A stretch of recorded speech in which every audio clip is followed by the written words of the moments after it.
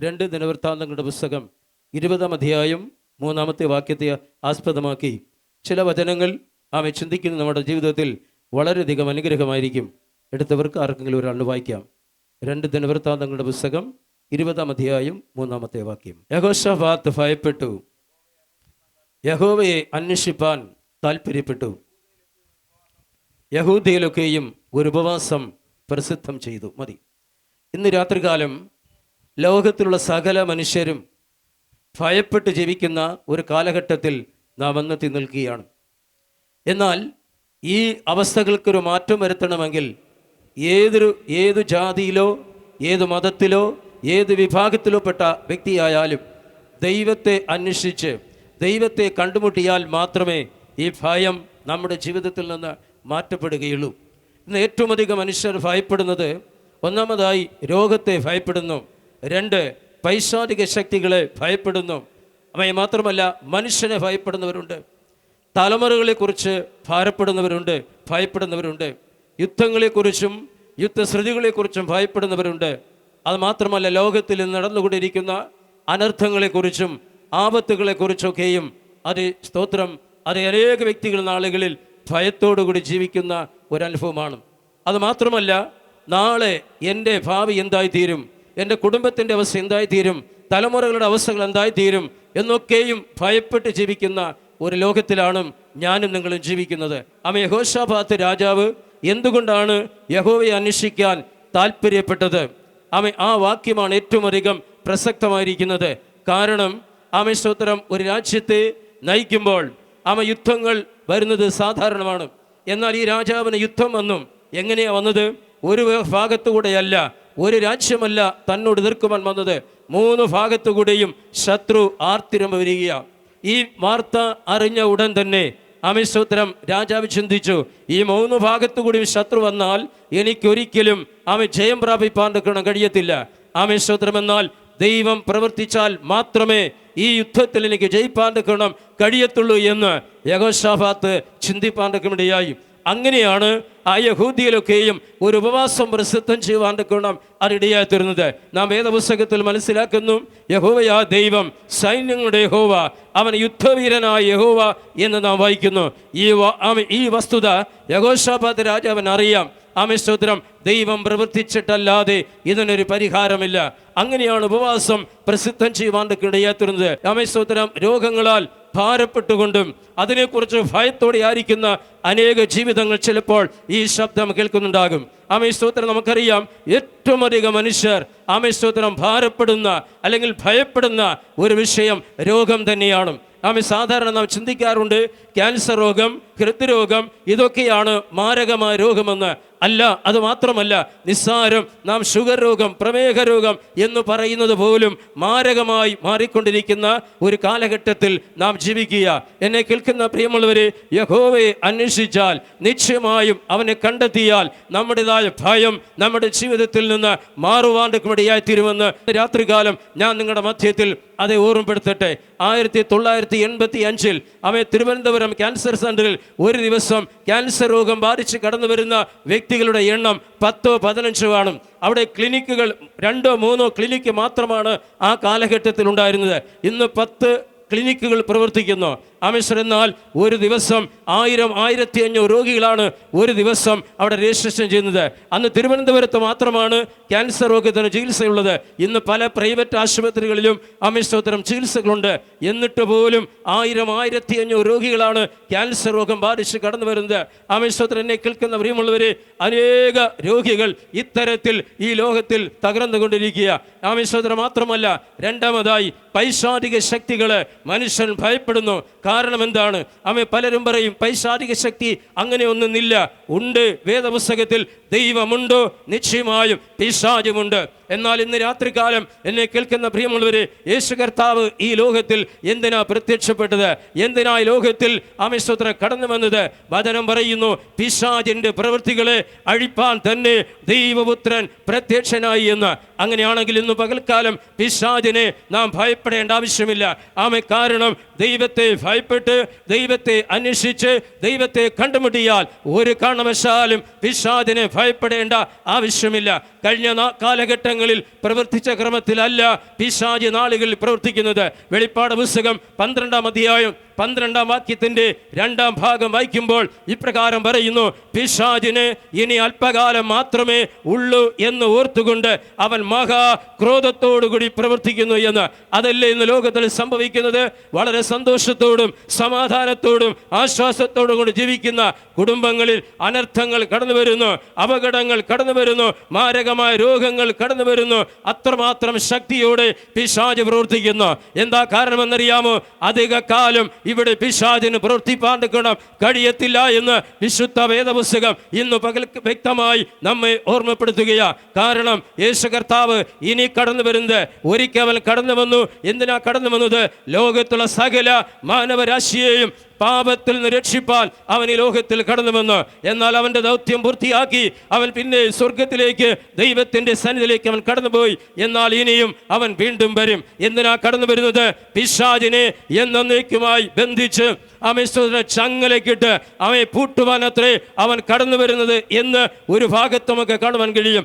രണ്ടാമത്, ഈ ലോകത്തിൽ ദൈവത്തിൻ്റെ കൽപ്പനകളെ അനുസരിച്ച് ദൈവകൃപയിൽ ആശ്രയിച്ചുകൊണ്ട് അവൻ ആത്മീക രക്ഷ പ്രാപിച്ച അവൻ ദൈവത്തിൻ്റെ പ്രിയ മക്കളെ ചേർക്കുവാൻ യേശു കർത്താവ് വീണ്ടും വരും എന്ന് ദൈവത്തിൻ്റെ തിരുവെഴുത്ത് വ്യക്തമായി നമ്മെ ഓർമ്മപ്പെടുത്തുകയാണ്.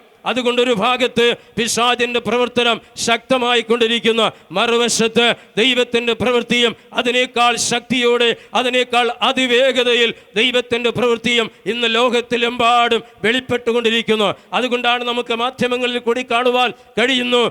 ഒരു വാക്യം ഇപ്രകാരം പറയുന്നു: തൻ്റെ ശിഷ്യന്മാർ കർത്താവിനോട് ചോദിച്ചു, കർത്താവ്, നിന്റെ വരവിനും ലോകാവസാനത്തിനും അടയാളമെന്ത്? കർത്താവ് ഒരു കാര്യം വ്യക്തമായി പറഞ്ഞു: ഈ സുവിശേഷം, എൻ്റെ സുവിശേഷം ലോകത്തിലെമ്പാടും എത്തപ്പെടുന്ന സന്ദർഭത്തിൽ അത് സംഭവിക്കുമെന്ന്. ഇന്ന് ഏതെല്ലാം മാധ്യമത്തിലൂടെ ഏതെല്ലാം ക്രമത്തിലൂടെയാണ് ദൈവത്തിൻ്റെ വചനം സ്തോത്രം ലോകമെമ്പാടും അറിഞ്ഞുകൊണ്ടിരിക്കുന്നത്. 1100 ഭാഷകളിൽ സ്തോത്രം സത്യവേദ പുസ്തകം അച്ചടിച്ച് ലോകത്തിലെമ്പാടും അത് വിതരണം ചെയ്തുകൊണ്ടിരിക്കുന്നു. കാരണം ഞാൻ സുവിശേഷം കേട്ടില്ല, യേശുവിനെ കുറിച്ച് കേട്ടില്ല എന്നൊരു വ്യക്തിക്കും പറയുവാൻ കഴിയാത്ത ക്രമത്തിൽ സർവശക്തനായ ദൈവം അത്തരത്തിൽ തൻ്റെ വചനം അതിവേഗതയിൽ ലോകത്തിൽ പ്രചരിപ്പിച്ചു കൊണ്ടിരിക്കുകയാണ്. ആകയാൽ എന്നെ കേൾക്കുന്ന പ്രിയമുള്ളവരെ, പിശാചിൻ്റെ പ്രവൃത്തികളുണ്ട്. എന്നാൽ ഒരു കാര്യം വ്യക്തമാണ്: എന്നാൽ ഈ പിശാചിൻ്റെ പ്രവൃത്തികളെ അഴിപ്പാനത്രേ ദൈവപുത്രൻ പ്രത്യക്ഷപ്പെട്ടതെന്ന് വേദപുസ്തകം വളരെ വ്യക്തമായി പറയുകയാണ്. മൂന്നാമതാ നാം ചിന്തിക്കുമ്പോൾ നാളെയെക്കുറിച്ച് മനുഷ്യൻ വളരെയധികം ആകുലതയോടെ വളരെയധികം ഭയത്തോടെ ഈ ലോകത്തിൽ ജീവിക്കുകയാണ്. കാരണം ഓരോ ദിവസവും നമ്മുടെ കൈകളിൽ ലഭിക്കുന്ന പത്രങ്ങൾ വായിക്കുമ്പോൾ ഞെട്ടിപ്പിക്കുന്ന വാർത്തകളാണ് നമുക്ക് കാണുവാൻ കഴിയുന്നത്. TV ഓൺ ചെയ്താൽ നല്ലൊരു വാർത്ത നമുക്ക് കേൾക്കുവാൻ കഴിയത്തില്ല. മനുഷ്യനെ വിശ്വസിക്കുവാൻ പോലും കഴിയാത്ത തരത്തിലുള്ള വാർത്തകൾ അത്രേ നാം കണ്ടുകൊണ്ടിരിക്കുന്നത്. ഇന്ന് പകൽക്കാലമുള്ള പത്രത്തിൽ ഒരു വാർത്ത വായിക്കുവാൻ ഇടയായിത്തീർന്നു. സ്തോത്രം, എന്തെന്നറിയാമോ? മദ്യപിച്ച് ലഹരി വസ്തു ഉപയോഗിച്ച് സ്വന്തം മാതാവിനെ പീഡിപ്പിച്ചതായ വാർത്ത. ഈ വാർത്തകളല്ലേ ഇന്ന് ലോകത്തിൽ അത് നടന്നുകൊണ്ടിരിക്കുന്നത്? അപ്പനെയും അമ്മയെയും വെട്ടിക്കൊല്ലുന്ന, മദ്യപാനത്തിലൂടെയും മയക്കുമരുന്ന് ഉപയോഗിച്ച് ഇത്തരത്തിലുള്ള പ്രവർത്തനം ശക്തമായി കൊണ്ടിരിക്കുന്ന ഈ കാലഘട്ടത്തിൽ ജീവിക്കുവാൻ മനുഷ്യൻ ഭയപ്പെടുകയാണ്. ആകയാൽ ഇന്ന് പകൽ രാത്രിയിൽ എന്നെ കേൾക്കുന്ന ഓരോ പ്രിയപ്പെട്ടവരുമായുള്ളവരെ, കർത്താവിനെ അന്വേഷിക്കേണ്ട സമയം ഇതുതന്നെയാണ്. നിങ്ങൾ മക്കളെക്കുറിച്ച് ഭാരപ്പെടുന്നുവെങ്കിൽ, നാളെക്കുറിച്ച് ഭാരപ്പെടുന്നുവെങ്കിൽ യേശുവിനെ അന്വേഷിച്ച് കണ്ടെത്തിയാൽ നിങ്ങൾക്ക് ഭയപ്പെടുവാൻ അവസരം ഉണ്ടാകത്തില്ല എന്ന് പകൽക്കാലം രാത്രികാലം ഞാൻ ഓർമ്മപ്പെടുത്തട്ടെ. ഇന്ന് തലമുറകളെ കുറിച്ച് മാതാപിതാക്കൾ അധികം വ്യാകുലപ്പെടുന്ന ഭയപ്പെടുന്ന ഒരവസ്ഥയോടെയാണ് കടന്നു പോകുന്നത്. കഴിഞ്ഞ കാലഘട്ടങ്ങളിലൊക്കെ മാതാപിതാക്കൾ പ്രാർത്ഥിക്കുവാൻ ആവശ്യപ്പെടുന്നത്, എൻ്റെ മകന് വേണ്ടി പ്രാർത്ഥിക്കണം, അവൻ മദ്യപാനിയാകാതിരിക്കുവാൻ, ദുർമാർഗത്തിൽ ജീവിക്കാതിരിക്കുവാൻ, മയക്കുമരുന്നിന് അടിമപ്പെടാതിരിക്കുവാൻ പ്രാർത്ഥിക്കണമെന്ന്. എന്നാൽ ഇന്നാളുകളിൽ മാതാപിതാക്കൾ ആവശ്യപ്പെടുന്നത് എൻ്റെ പെൺമക്കൾക്ക് വേണ്ടി പ്രാർത്ഥിക്കണം. ഒരുപോലെ ആണും പെണ്ണും ഒരുപോലെ മദ്യപാനികളായി, മയക്കുമരുന്ന് ഉപയോഗിക്കുന്നവരായി, ദുർനടപ്പുകാരായി ജീവിക്കുന്ന ഒരു ലോകത്തിലാണ് ഞാനും നിങ്ങളും ജീവിക്കുന്നതെന്ന് ഈ രാത്രിയിൽ നാം ഓർത്തുകൊള്ളണം. അതുകൊണ്ട് തലമുറകൾക്ക് വേണ്ടി മാതാപിതാക്കൾക്ക് വലിയൊരു ദൗത്യമുണ്ട്. യേശു ഇപ്രകാരം വിളിച്ചു പറഞ്ഞു, യെരൂശലേം പുത്രിമാരെ, നിങ്ങൾ ആരും എന്നെ ചൊല്ലി കരയേണ്ട, നിങ്ങളെയും നിങ്ങളെ മക്കളെയും ഓർത്ത് കരയുവീൻ. എന്നെ കേൾക്കുന്ന പ്രിയമുള്ളവരെ, വേദപുസ്തക ചരിത്രം പഠിക്കുമ്പോൾ ആരും സ്തോത്രം മക്കളെ ഓർത്ത് കരഞ്ഞതായി, വിലപിച്ചതായി, ഉപവസിച്ചതായി, പ്രാർത്ഥിച്ചതായി വേദപുസ്തകത്തിൽ കാണുവാൻ സാധ്യമല്ല. എന്നാൽ എന്താ പിന്നത്തേതിൽ അതേ സംഭവിച്ചത്? യെരൂശലേമിന്റെ തെരുവിൽ 10 ലക്ഷം ചെറുപ്പക്കാർ രക്തസാക്ഷിയായി തീരുവാനിടയായി. യെരൂശലേമിന്റെ തെരുവിൽ രക്തപ്പുഴ ഒഴുകുവാനിടയായി തീർന്നു. എന്തേ കാരണമെന്നറിയാമോ? യേശു പറഞ്ഞ വാക്കിന് വില കൊടുക്കാതെ, യേശുവിന്റെ വാക്കിന് വില കൽപ്പിക്കാതെ പ്രാർത്ഥിക്കാത്ത മുഖാന്തരം എന്ന് വ്യക്തമായി മനസ്സിലാക്കുവാൻ സാധ്യമാകും. ആകയാൽ ഇന്ന് രാത്രികാലം മുതൽ നമ്മുടെ തലമുറകൾക്ക് വേണ്ടി നാം പ്രാർത്ഥിക്കേണ്ടത് ആവശ്യമാണ്. ഒന്ന്, പൈശാചിക ശക്തികളിൽ അടിമപ്പെടാതിരിക്കുവാൻ പ്രാർത്ഥിക്കുക. ഈ ലോകത്തിന് അനുരൂപമാകാതെ ദൈവമക്കളായി, ദൈവവൈധങ്ങളായി വളരുവാൻ അവർക്ക് വേണ്ടി നാം പ്രത്യേകം പ്രാർത്ഥിക്കേണ്ടത് ആവശ്യമെന്ന് ഇന്ന് രാത്രികാലം ഞാൻ നിങ്ങളെ ഓർമ്മപ്പെടുത്തട്ടെ. അതുമാത്രമല്ല, യുദ്ധങ്ങളെക്കുറിച്ചും യുദ്ധശ്രുതികളെക്കുറിച്ചും ഇന്ന് ലോകത്ത് നടക്കുന്ന യെഹെസ്കേൽ പ്രവാചകന്റെ പുസ്തകത്തിൽ 7-ാം അധ്യായത്തിൽ എഴുതപ്പെട്ടതുപോലെ ആപത്തുകളും അനർത്ഥങ്ങളും ഒന്നിനു പുറകെ ഒന്നായി ലോകത്തിൽ നടന്നുകൊണ്ടിരിക്കുക. അത് ഭൂമിയിൽ മാത്രമല്ല, ആകാശത്തുള്ള അപകടങ്ങൾ, ഇങ്ങനെ എത്രയോ ജീവിതങ്ങളാണ് ഓരോ ദിവസവും ഈ ലോകത്തിൽ നഷ്ടപ്പെട്ടുകൊണ്ടിരിക്കുന്നത്. സ്തോത്രമാകയാൽ മനുഷ്യൻ ഭയത്തോടെ ആയിരിക്കുമ്പോൾ യേശു കർത്താവിന്റെ വചനം പറയുന്നു, നിങ്ങൾ യഹോവയെ അന്വേഷിക്കുവാൻ ഉപവസിച്ച് പ്രാർത്ഥിക്കണമെന്ന് യഹോശാഫാത്ത് രാജാവ് ഇവിടെ വ്യക്തമായി നമ്മെ ഓർമ്മപ്പെടുത്തുകയാ. വിശുദ്ധ വേദപുസ്തകം പറയുമ്പോൾ 11-ാം അധ്യായം 2 പുസ്തകം 11-ാം അധ്യായം 16-ാം വാക്യം വായിക്കുമ്പോൾ, ഇസ്രായേലിന്റെ സകല ഗോത്രത്തിൽ നിന്നും യഹോവയെ അന്വേഷിക്കേണ്ടതിന് മനസ്സ് വച്ചവർ യെരൂശലേമിൽ യാഗം കഴിപ്പാൻ വന്നു എന്ന് ഇന്ന് രാത്രിയിൽ വേദപുസ്തകം നമ്മെ വ്യക്തമായി ഓർമ്മപ്പെടുത്തുന്നത്. സ്തോത്രം, ഇസ്രായേലിന്റെ സകല ഗോത്രങ്ങളിൽ നിന്നും എല്ലാവരും വന്നില്ല. സ്തോത്രം, ഗോത്രങ്ങളിൽ നിന്നും യഹോവയെ അന്വേഷിക്കേണ്ടതിന് മനസ്സ് വച്ചവർ മാത്രം ദൈവത്തെ അന്വേഷിപ്പാൻ കടന്നു വന്നു. ഇന്ന് രാത്രിയിൽ എന്നെ കേൾക്കുന്ന പ്രിയമുള്ളവരെ, മനസ്സ് വച്ച് വന്നാൽ മാത്രമേ, താല്പര്യത്തോടെ വന്നാൽ മാത്രമേ, വിശ്വാസത്തോടെ വന്നാൽ മാത്രമേ ദൈവത്തെ കണ്ടെത്തുവാൻ കഴിയത്തുള്ളൂ എന്ന് വിശുദ്ധ വേദപുസ്തകം വ്യക്തമായി നമ്മെ ഓർമ്മപ്പെടുത്തുകയാ. സമർപ്പണത്തോടെ ദൈവസന്നിധിയിൽ ദൈവത്തെ അന്വേഷിച്ച് കടന്നു വന്നാൽ നിശ്ചയമായും ദൈവത്തെ കണ്ടുമുട്ടുവാൻ കഴിയും. 2 ദിനവൃത്താന്തം 14:7 വാക്യം വായിക്കുമ്പോൾ, നാം നമ്മുടെ യഹോവയെ അന്വേഷിച്ചത് കൊണ്ട് ദേശം നമുക്ക് സ്വാധീനമായിരിക്കുന്നുവല്ലോ. മാത്രമല്ല, നമുക്ക് വിശ്രമം ദൈവം നൽകിയിരിക്കുന്നു. ദൈവത്തെ അന്വേഷിച്ചാൽ, ദൈവത്തെ കണ്ടുമുട്ടിയാൽ നമ്മുടെ ജീവിതത്തിൽ സ്വസ്ഥതയുണ്ടാകും, നമ്മുടെ ഭയങ്ങൾ പൂർണ്ണമായും മാറിപ്പോകും എന്ന് വേദപുസ്തകം നമ്മെ പഠിപ്പിക്കുകയാ. 2 ദിനവൃത്താന്തം 26:5 വായിക്കുമ്പോൾ, യഹോവയെ അന്വേഷിച്ച കാലത്തോളം ദൈവം അവന് അഭിവൃദ്ധി നൽകി. യഹോശാഫാത്ത് ദൈവത്തിൽ എത്ര കാലം ദൈവത്തെ അന്വേഷിച്ചു, അത്രയും കാലം ദൈവം അവന് അഭിവൃദ്ധി നൽകി. അതിൻ്റെ അർത്ഥം എന്താണ്? ദൈവത്തെ വിട്ട്, ദൈവത്തെ അറിഞ്ഞ ജനം ദൈവത്തെ വിട്ട് അകന്നു പോകുമ്പോൾ, പിന്മാറ്റാവസ്ഥയിൽ പോകുമ്പോൾ, ദൈവം കൊടുത്ത നന്മകളും അഭിവൃദ്ധികളൊക്കെയും നഷ്ടപ്പെട്ടു പോകുവാൻ സാധ്യതയുണ്ട് എന്ന് വിശുദ്ധ വേദപുസ്തകം ഈ വാക്യത്തിലൂടെ നമ്മൾ ഓർമ്മപ്പെടുത്തുക. ആ വാക്യം ഇങ്ങനെയാ പറയുന്നത്, യഹോവയെ അന്വേഷിച്ച കാലത്തോളം ദൈവം അവന് അഭിവൃദ്ധി നൽകി.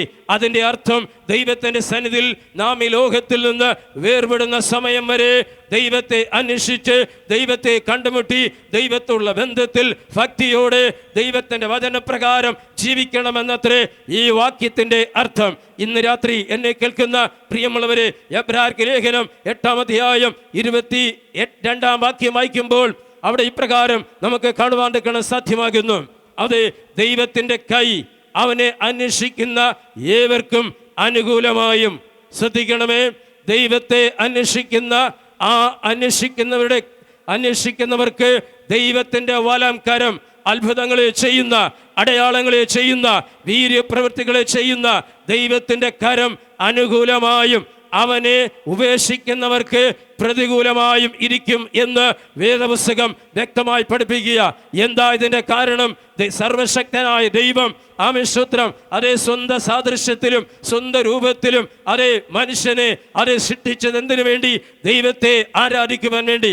ദൈവത്തെ ആരാധിക്കേണ്ട ജനം ദൈവത്തിൻ്റെ സൃഷ്ടികളെ ആമേശ്വത്രം മണ്ണുകൊണ്ടും മരം കൊണ്ടും മറ്റ് ലോകങ്ങളും കൊണ്ടും ഉള്ള വിഗ്രഹങ്ങളെ സേവിച്ച് അവയെ ആരാധിച്ച് ദൈവത്തിൻ്റെ കോപം ചലിപ്പിക്കുന്ന അനുഭവത്തിൽ അത്രേ ഇന്നാളുകളിൽ നമുക്ക് ലോകത്തിൽ കാണുവാൻ കഴിയുന്നത്. എന്നാൽ ഇന്ന് രാത്രിയിൽ ദൈവം നമ്മുടെ മേൽ നിക്ഷിപ്തമായിരിക്കുന്ന കർത്തവ്യം എന്ന് പറഞ്ഞത് നാം ദൈവത്തെ ആരാധിക്കുക. എപ്പോഴാ ദൈവത്തെ ആരാധിക്കേണ്ടത്? നമ്മുടെ ജീവൻ വേർപെടുന്ന സമയം വരെ ദൈവത്തെ അന്വേഷിക്കുകയും ദൈവത്തെ ആരാധിക്കുകയും ചെയ്യണം എന്ന് വേദപുസ്തകം വ്യക്തമായി നമ്മെ ഓർപ്പെടുത്തുകയാണ്. അതുകൊണ്ടാണ് മത്തായി സുവിശേഷം 7-ാം അധ്യായം 7-ാം വാക്യം പറയുന്നു, അന്വേഷിപ്പേൻ എന്നാൽ നിങ്ങൾ കണ്ടെത്തും എന്ന് വേദപുസ്തകം ഇവിടെ വ്യക്തമായി പറയുക. അതുകൊണ്ട് ദൈവത്തെ അന്വേഷിച്ച ഒരു വ്യക്തിക്കും ഇതുവരെയും ദൈവത്തെ കണ്ടെത്തുവാൻ സാധ്യമാകാത്ത അവസ്ഥ ഉണ്ടായിട്ടില്ല എന്ന് വേദപുസ്തകത്തിൻ്റെ അടിസ്ഥാനത്തിൽ നമുക്ക് കാണുവാൻ കഴിയും. ഇവിടെ ഇരിക്കുന്ന പലരും ഒരു നാളിൽ പ്രയാസങ്ങളിലും പ്രതികൂലങ്ങളിലും രോഗത്തിലും കഷ്ടതകളിലും പൈശാചിക ശക്തികളാൽ ബന്ധിക്കപ്പെട്ട അനുഭവത്തിലായിരിക്കാം. എന്നാൽ ഒരു സന്ദർഭത്തിൽ നാം ഓരോ വ്യക്തികളും ദൈവത്തെ അന്വേഷിച്ചത് കൊണ്ടാണ് നമുക്കിന്ന് പകൽ രാത്രിയിൽ ദൈവത്തെ ആരാധിപ്പാൻ അവസരമുണ്ടായത് എന്ന് ഈ രാത്രികാലം നാം ഓർക്കേണ്ടത് വളരെ അത്യാവശ്യമത്രേ. എന്നെ കേൾക്കുന്ന പ്രിയമുള്ളവരെ, ആമേശ്വത്രം യെശയ്യാ പ്രവാചകന്റെ പുസ്തകം 55-ാം അധ്യായം 6-ാം വാക്യം വായിക്കുമ്പോൾ ആമേശ്വത്രം എല്ലാ കാലത്തും ദൈവത്തെ അന്വേഷിപ്പാൻ കഴിയത്തില്ല, എല്ലാ കാലത്തും ദൈവത്തെ കണ്ടെത്തുവാൻ കഴിയത്തില്ല. ദൈവം ഓരോ വ്യക്തികൾക്കും ഓരോ സമയം കൊടുത്തിട്ടുണ്ട്. ആ സമയം ദൈവത്തെ നാം അന്വേഷിച്ച് കണ്ടെത്താതിരുന്നാൽ പിന്നത്തേതിൽ ദൈവത്തെ കണ്ടെത്തുവാൻ കഴിയത്തില്ല എന്ന് വിശുദ്ധ വേദപുസ്തകം വളരെ വ്യക്തമായി പറയുന്നു. വായിക്കാം യെശയ്യാ പ്രവാചകന്റെ പുസ്തകം 55-ാം അധ്യായം 6-ാം വാക്യം. യഹോവയെ കണ്ടെത്താകുന്ന സമയത്ത് അവനെ അന്വേഷിപ്പീൻ. ആമേൻ. യഹോവയെ കണ്ടെത്താവുന്ന കാലത്ത് അവനെ അന്വേഷിപ്പീൻ. അപ്പോൾ ദൈവത്തെ കണ്ടെത്തുവാൻ മനുഷ്യന് ഓരോ വ്യക്തികൾക്കും ദൈവം ഓരോ സമയം നിശ്ചയിച്ചിട്ടുണ്ട്. വേദപുസ്തകം പറയുന്നു, സഭാപ്രസംഗ പുസ്തകത്തിൽ പറയുന്നു, എല്ലാറ്റിനും ഒരു സമയമുണ്ട്. രോഗം വരുവാൻ ഒരു സമയം, സൗഖ്യം പ്രാപിപ്പാൻ ഒരു സമയം, കഷ്ടത അനുഭവിപ്പാൻ ഒരു സമയം, കഷ്ടത മാറുവാൻ ഒരു സമയം. ഇങ്ങനെ ഓരോ സംഭവങ്ങൾക്കും ഓരോ കാര്യാദികൾക്കും ഓരോ മനുഷ്യനും ദൈവം സമയം നിശ്ചയിച്ചിട്ടുണ്ട്. ഒരുവന് ലോകത്തിൽ ജനിക്കുവാൻ ദൈവം സമയം നിശ്ചയിച്ചിട്ടുണ്ട്. അതുപോലെ ലോകത്തിൽ നിന്ന് എടുക്കപ്പെടുവാനും ഒരു സമയം നിശ്ചയിച്ചിട്ടുണ്ട്. അതുപോലെ ദൈവത്തെ അന്വേഷിപ്പാൻ ഓരോ മനുഷ്യനും ദൈവം സമയം കൊടുത്തിട്ടുണ്ട്. ആ സമയം പാഴാക്കിയാൽ പിന്നത്തേതിൽ ദൈവത്തെ കണ്ടെത്തുവാൻ സാധ്യമല്ല. എൻ്റെ ജീവിതത്തിലും സർവശക്തനായ ദൈവം ദൈവത്തെ അന്വേഷിപ്പാൻ ഒരവസരം തന്നു. ആ അവസരം ഞാൻ ശരിക്കും ഉപയോഗിച്ചത് കൊണ്ടാണ് ഇന്ന് രാത്രിയിൽ ഈ ദേശത്തിൽ കടന്നു വന്ന് ഈ ഭവനത്തിൻ്റെ മുറ്റത്ത് നിന്ന് കർത്താവിനെ കുറിച്ച് പ്രസംഗിക്കുവാൻ വേണം അവസരമുണ്ടായത്. ആമേൻ, സ്തോത്രം. എൻ്റെ മകൾക്ക് 4 വയസ്സ് പ്രായമുണ്ടായിരുന്ന സന്ദർഭത്തിൽ കഴുത്തിലൊരു മുഴവെന്നും അതേ RCCയിൽ 3.5 വർഷക്കാലം ചികിത്സിച്ചു. 3.5 വർഷക്കാലം ചികിത്സിച്ചിട്ട് സൗഖ്യമാക്കുവാൻ വൈദ്യശാസ്ത്രത്തിന് കഴിഞ്ഞില്ല. അവൻ അങ്ങനെ ഇരിക്കുന്ന സന്ദർഭത്തിൽ ഒരു ദൈവദാസൻ ബൈബിൾ കോളേജിൽ പഠിച്ചിട്ട് വെക്കേഷന് കടന്നു വന്ന സമയം ആ മനുഷ്യൻ കടന്നു വന്ന് അവയെ പ്രാർത്ഥിപ്പാണ്ടൊക്കെയിടയായിത്തീർന്നു. അത്ഭുതമെന്ന് പറയട്ടെ, ഒരു വ്യാഴാഴ്ച ദിവസം പ്രാർത്ഥിക്കുന്നു, വെള്ളിയാഴ്ച ദിവസം ആ മുഴ അപ്രത്യക്ഷമാകുവാനിടയായി. അന്ന് ഞാൻ ദൈവത്തോട് ഒരു ഉടമ്പടി പ്രകാരം ചെയ്യുവാനിടയായി. ആമേൻ. മരിക്കുന്നത് വരെ അതേ സ്തോത്രം ജോലി കഴിഞ്ഞുള്ള സമയം ഞാൻ ദൈവത്തിനായി ജീവിക്കാം, ദൈവത്തിനായി പ്രവർത്തിക്കാം. കഷ്ടത അനുഭവിക്കുന്ന ഭാരപ്പെടുന്ന ജനത്തിനു വേണ്ടി അതേ പ്രാർത്ഥിക്കാമെന്ന് ദൈവത്തോട് ഒരു ഉടമ്പടി ചെയ്യുവാൻ വേണം അതിടയായിത്തീരുന്നു. എന്നെ കേൾക്കുന്ന പ്രിയമുള്ളവരെ, ആ ഉടമ്പടിയാണ് ഇന്ന് രാത്രിയിൽ ഞാൻ നിങ്ങളുടെ മധ്യത്തിൽ ആയിരിക്കാൻ നിൽക്കണം അവസരമുണ്ടായത്. ആമേ. ഇന്ന് രാത്രിയിൽ എന്നെ കേൾക്കുന്ന പ്രിയമുള്ളവരെ, ഈ രോഗത്തെക്കുറിച്ച് എനിക്ക് നന്നായിട്ട് അറിയാം. 1985 RCCയിൽ എനിക്ക് ജോലിയിൽ പ്രവേശിപ്പാൻ ഇടയായി. 89 മകൾക്ക് രോഗം ബാധിക്കുന്നത്. അങ്ങനെ 3.5 വർഷം RCCയിൽ കയറി ഇറങ്ങി. അന്ന് മാനസികമായി ഏറ്റവും അധികം തകർന്നും അതേ നുറുങ്ങപ്പെട്ട ഒരനുഭവം ഉണ്ടായിരുന്നു. എന്താണ് കാരണമെന്നറിയാമോ? ഏതെങ്കിലും രോഗി കടന്നു വന്നാൽ അവരെ ചികിത്സ ആരംഭിക്കും. 3 മാസമോ 6 മാസമോ കഴിയുമ്പോൾ പിന്നത്തേതിൽ അവരെ കാണുവാൻ കഴിയത്തില്ല. അവർ ലോകത്തിൽ നിന്ന് അപ്രത്യക്ഷമാകും. ഞാൻ ഇപ്രകാരം ചിന്തിച്ചു, എൻ്റെ മകളുടെയും ജീവിതത്തിൻ്റെ അവസ്ഥ ഇതാണോ എന്ന് ദൈവത്തോട് ഞാൻ ചോദിപ്പാൻ ഇടയായിത്തീർന്നു. അന്ന് CSI പാരമ്പര്യത്തിൽ ആയിരിക്കുന്ന ഒരു വ്യക്തിയായിരുന്നു. എന്നാൽ ആ സന്ദർഭത്തിൽ ദൈവത്തോട് ഞാൻ പ്രാർത്ഥിച്ചു. ദൈവത്തിന് മുൻപിൽ മുട്ടുമടക്കി ദൈവത്തോട് ഇപ്രകാരം അതേ കരഞ്ഞ് പ്രാർത്ഥിപ്പാൻ ഇടയായി. എന്താണ് പ്രാർത്ഥിച്ചത്? കർത്താവേ, എൻ്റെ കഴിഞ്ഞകാല ജീവിതത്തിൻ്റെ ബലഹീനതകളോ കുറ്റങ്ങളോ ഒന്നും ഓർക്കാതെ വണ്ണം മകളെ സൗഖ്യമാക്കണമേ എന്ന് ദൈവത്തോട് ഞാൻ പ്രാർത്ഥിപ്പാൻ ഇടയായിത്തീർന്നു. അന്നാണ് ദൈവത്തിൻ്റെ മുൻപിൽ ഞാൻ മുട്ടുമടക്കി പ്രാർത്ഥിക്കുന്നത്. സ്തോത്രം. ആ സന്ദർഭത്തിലാണ് ഒരു ദൈവമനുഷ്യൻ ഭവനത്തിൽ കടന്നു വരുവാൻ ഇടയായിത്തീർന്നത്. അതിനു മുമ്പുള്ള കാലം ജീവിതത്തിൻ്റെ കാലഘട്ടം നോക്കിയാൽ രാഷ്ട്രീയ പ്രസ്ഥാനങ്ങൾക്ക് വേണ്ടി കൊടിപിടിച്ചും മുദ്രാവാക്യം വിളിച്ചും കടന്നുപോയ ഒരു വ്യക്തിയത്രേ. എന്നാൽ യേശുവിൻ്റെ സന്നിധിയിൽ എടുത്തതായ തീരുമാനം, എൻ്റെ ആ പ്രാർത്ഥന, ആ സമർപ്പണം സ്വർഗം അംഗീകരിച്ചു. അങ്ങനെ മകൾക്ക് സൗഖ്യം കൊടുക്കുവാനിടയായി. സ്തോത്രം. പിന്നത്തേതിൽ അവൾ പഠിച്ചു. നഴ്സിംഗ് പഠിച്ചു പാസ്സായി. കാരക്കോണം മെഡിക്കൽ കോളേജിലാണ് പഠിച്ചത്. അതിനുശേഷം അതേ ഗവൺമെൻറ് ഹോസ്പിറ്റൽ അവൾ സ്റ്റാഫ് ഹെഡ് നഴ്സായി ഇപ്പോൾ ജോലി ചെയ്തു വരുന്നു. എന്നെ കേൾക്കുന്ന പ്രിയമുള്ളവരെ, സ്തോത്രം, ഇന്ന് രാത്രികാലം ദൈവത്തിന് അസാധ്യമായി ഒന്നുമില്ല എന്ന് ഈ രാത്രികാലം ഞാൻ ഓർമ്മപ്പെടുത്തുവാൻ ആഗ്രഹിക്കുന്നു. വൈദ്യശാസ്ത്രത്തിന് കഴിയാത്തത് ദൈവത്തിന് കഴിയുമെന്ന് ഇന്ന് രാത്രികാലം ഞാൻ നിങ്ങളുടെ മധ്യത്തിൽ അതേ ഓർമ്മപ്പെടുത്തുവാൻ ആഗ്രഹിക്കുക. യഹോവയെ കണ്ടെത്താവുന്ന കാലത്ത് ദൈവത്തെ അന്വേഷിപ്പീൻ. അവൻ അടുത്തിരിക്കുമ്പോൾ അവനെ വിളിച്ചപേക്ഷിപ്പീൻ. ദൈവത്തെ കണ്ടെത്തുവാൻ ഓരോ മനുഷ്യനും ഓരോ സമയം കൊടുത്തിട്ടുണ്ട്. ദൈവത്തെ കണ്ടെത്തുവാൻ ഒരു കാര്യം കൂടി ഞാൻ ഓർമ്മപ്പെടുത്തട്ടെ. ഇന്ന് ദൈവികമായ ആലോചനകളെയും പ്രവചനങ്ങളെയും തുച്ഛിക്കുന്ന ഒരു സമൂഹം നമ്മുടെ ലോകത്തിൽ, നമ്മുടെ ചുറ്റുപാടും ചിലപ്പോൾ ഉണ്ടായേക്കാം. ആത്മീക മണ്ഡലത്തിൽ ഉണ്ടായേക്കാം. സ്തോത്രം. വർഷങ്ങൾക്ക് മുമ്പ് ഞാൻ ദൈവത്തെ അറിയുന്നതിന് മുമ്പ് എൻ്റെ വലിയമ്മയുടെ ഭവനത്തിൽ ഞാൻ കടന്നുപോയപ്പോൾ അവിടെ നിർബന്ധപ്രകാരം തൊട്ടടുത്തുള്ളൊരു കൂട്ടായ്മയിൽ ഞാൻ കടന്നു പോകുവാനിടയായി. അവിചാരിതമായി പ്രതീക്ഷിക്കാതെ കൂട്ടായ്മയ്ക്ക് പോകണമെന്ന് പോയതല്ല. വലിയമ്മയുടെ നിർബന്ധപ്രകാരം ഞാൻ അവിടേക്ക് കടന്നുപോയി. അവിടെ അവിടെ നിന്ന് ഒരു ദൈവശബ്ദം ഞാൻ കേൾക്കുവാൻ ഇടയായിത്തീർന്നു. അത് ഇപ്രകാരമായിരുന്നു: ഇന്ന സ്ഥലത്ത് നിന്ന് കടന്നു വന്ന സഹോദര, നീ ദൈവത്തിൻ്റെ സന്നിധിയിൽ നിന്ന് വളരെയധികം അകലത്തിലായിരിക്കുന്നു. ദൈവസന്നിധിയിൽ മടങ്ങി വരുന്നുവെങ്കിൽ നിന്നെ ഞാൻ ഏറ്റവും അധികം അനുഗ്രഹിക്കും, ഏറ്റവും അധികം നിന്നെ മാനിക്കും എന്നിപ്രകാരം ദൈവത്തിൻ്റെ ശബ്ദമുണ്ടായി. എന്നാൽ സ്തോത്രം, മറിച്ച് നീ ഈ ശബ്ദം കേട്ട് ഏറ്റെടുത്ത് അതിൻ പ്രകാരം മുൻപോട്ട് പോയില്ല എങ്കിൽ നീ ജീവിതത്തിൽ സ്വസ്ഥതയില്ലാതെ, സമാധാനമില്ലാതെ, ആശ്വാസമില്ലാതെ ലേശത്തിൽ അലയേണ്ടി വരും എന്നിപ്രകാരം ഒരു പ്രവചന ശബ്ദം. പ്രവചനം എന്താണെന്ന് എനിക്കറിയത്തില്ല. സ്തോത്രം. എന്നാൽ ആ ശബ്ദം എനിക്ക് ഏറ്റെടുക്കുവാനോ അനുസരിക്കുവാനോ സാധ്യമായില്ല. ജീവിതത്തിൽ ചില നാളുകൾ കഴിഞ്ഞപ്പോൾ സമാധാനം നഷ്ടപ്പെട്ടു, ആശ്വാസം നഷ്ടപ്പെട്ടു, ഒരു ഭ്രാന്തനെ പോലെ ആയിത്തീരുവാനൊക്കെ വേണ്ടിയായി. പല ബന്ധുക്കളും പറഞ്ഞു, സ്തോത്രം, ഹൈന്ദവ ആചാരപ്രകാരമുള്ള സ്ഥലങ്ങളിൽ പാച്ചല്ലൂർ എന്ന് പറയുന്ന സ്ഥലത്ത് സ്തോത്രം കടന്നുപോയി പല കർമ്മങ്ങളും ചെയ്തു. യാതൊരു പ്രയോജനം ഉണ്ടായില്ല. അത് കഴിഞ്ഞ് നമ്മുടെ ഒരു ബന്ധു പറഞ്ഞു, സ്തോത്രം, ഭീമാപ്പള്ളിയിൽ പോയാൽ സ്തോത്രം വിടുതൽ ലഭിക്കും. അവിടെയും കടന്നുപോയി 1 വർഷക്കാലം കാഴ്ചകളും നേർച്ചകളും ഒക്കെ അവിടെ അർപ്പിക്കുവാനൊക്കെ വേണ്ടിയായി. ഒരു പ്രയോജനവും ഉണ്ടായില്ല. ഒടുവിൽ എപ്പോഴാണോ ദൈവത്തിൻ്റെ അടുക്കലേക്ക് ആ ശബ്ദത്തിൻ്റെ മുൻപിൽ മടങ്ങി വന്നത്, അന്ന് മുതൽ ദൈവത്തിൻ്റെ സന്നിധിയിൽ നിന്ന് എനിക്ക് ആശ്വാസം പ്രാപിപ്പാണ്ടൊക്കെയായി. ഇതൊക്കെയും ഞാൻ ഉപേക്ഷിച്ച് കടന്നു പോയിരുന്നുവെങ്കിൽ എനിക്ക് ഒരിക്കലും ജീവിതത്തിൽ സ്വസ്ഥത കൈവരിക്കുവാണ്ടക്കണം അതേ സാധ്യമാകുമായിരുന്നില്ല. ഇന്ന് രാത്രിയിൽ നിങ്ങളുടെ മധ്യത്തിലും എനിക്ക് നിൽക്കുവാൻ കഴിയത്തില്ലായിരുന്നു. അതുകൊണ്ട് ആ വേദപുസ്തകം, അതേ പ്രവാചകന്മാരുടെ പ്രവചന ശബ്ദങ്ങൾ വ്യക്തമായി നാം ഈ ദിവസങ്ങളിൽ തിരിച്ചറിയേണ്ടത് ആവശ്യമാണ്.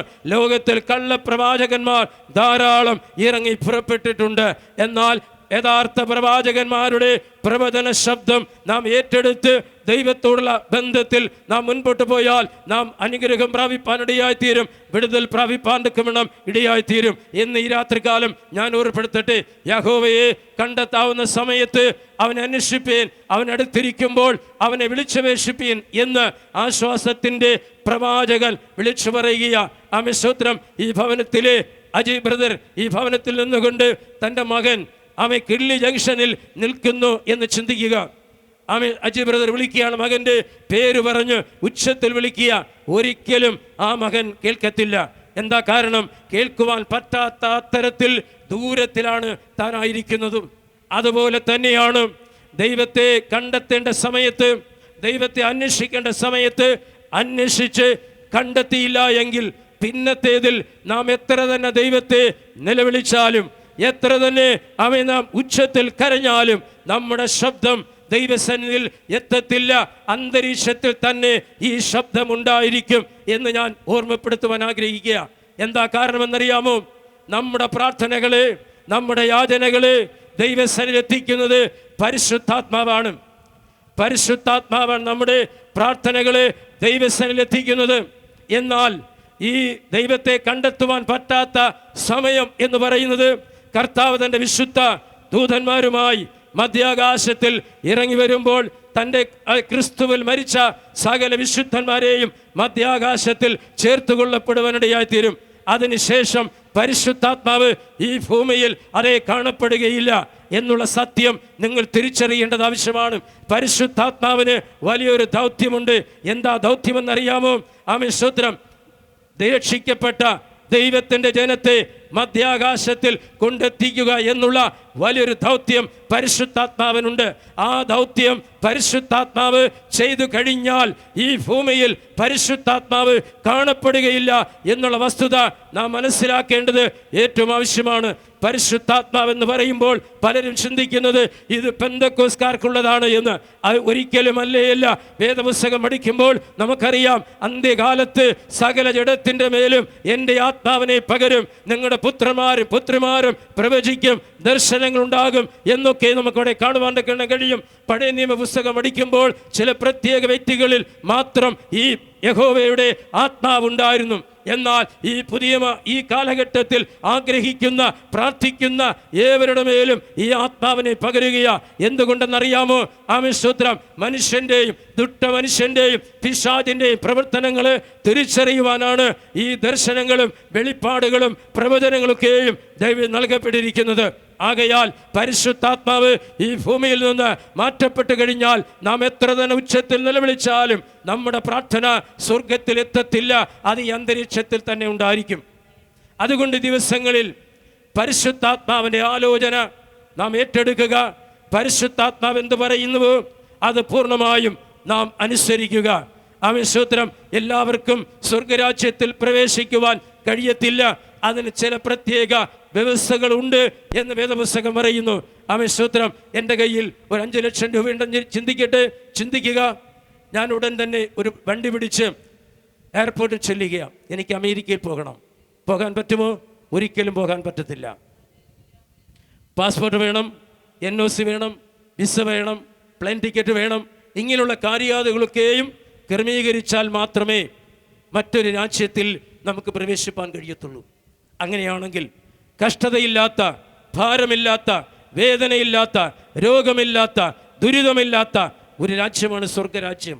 അവിടെ പോകുവാൻ ദൈവത്തിൻ്റെ കൽപ്പനകൾ, അടിസ്ഥാന ഉപദേശങ്ങൾ അനുസരിക്കുന്ന ഒരു വ്യക്തിക്ക് മാത്രമേ അവിടെ പ്രവേശനം ലഭിക്കത്തുള്ളൂ എന്ന് ഇന്ന് രാത്രി മനസ്സിലാക്കണം.